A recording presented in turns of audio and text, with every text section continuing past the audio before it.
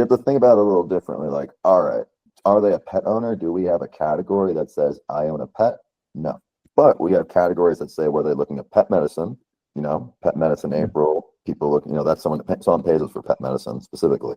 So, but that was their indicator. They own a pet. They're looking for pet medicine. And, if someone's looking for pet medicine for a dog or a cat 3 years ago, it's very likely they still have that dog or cat, so that's why the whole history gets very interesting, because you basically get to, like, theoretically, if these were all your databases, you can enrich these all together and figure out everything a particular person was looking at. So let's say they fall into all these databases, you would be able to pinpoint as time goes on who's in what. So basically, I know someone asked before, can you identify who's in a specific database once you make the first database? No. But in theory, as you build your ecosystem, you're doing that actually. And now, why is it a health insurance database? Because you built it. And now when people come to you and ask you for that data, it's not a, hey, what is it? It's a, oh, why is it good numbers? I don't know. You put the logic together. And that's the best way, in my opinion, to work in the data, to work with people who use it, because it's complicated. It's impossible to get good at this if you have not actually used it to some degree yourself and experimented with a lot of this. Like, someone asked me for comic book convention, not because they were gonna do anything, but if they ever wanted to go to what's it called? Whatever those festival things are, Comic-Con once a year. This is basically a mailing list for 3 years from now. It's a forever mailing list. And this is a personality trait that's not going to change. That's it. What about the language speaking filter? Is that possible? Yeah. How would you go about trying to find government potential leads? So that would be its own intent category, probably. Like that's very, very niche. That's different than a lot of, what would it be? SAM.org maybe? There's SAM.gov. I think it'd be SAM.gov, but what was the question? What are you looking for? So I'm trying to sell cyber electronic security to government agencies. I have an idea. Business professionals, because there's a category, an industry called government.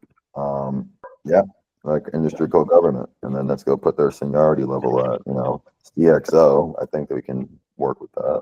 So there's 46,000 people work in the industry government. So now let's take a look. Government administration. Oh, yeah.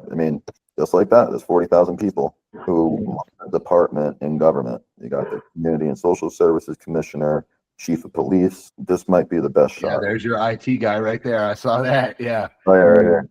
Yep. And then we can go up to department, type in tech to see what we narrow it down to.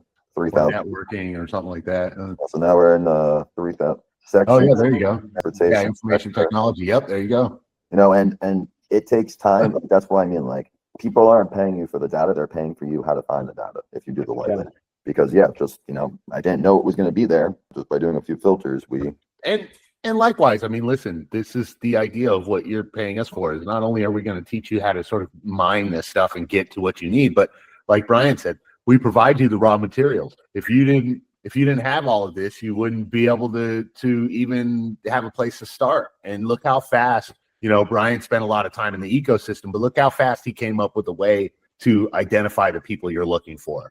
And that's frankly our job. Our job is to support you and make sure that when you are buying the raw materials, we're giving you the sort of coaching and guidance to really be able to kick that stuff around and try filtering it in a few different creative ways to see what works and to see how we can help you get down to get better. One more thing. See, company name. What's common? U.S.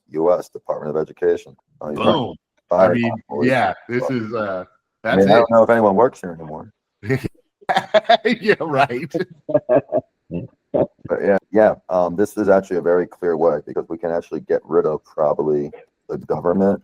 Not get rid of the government, but get rid of the company industry as government and go to, we can type in city of, company name, I'm sorry, city of.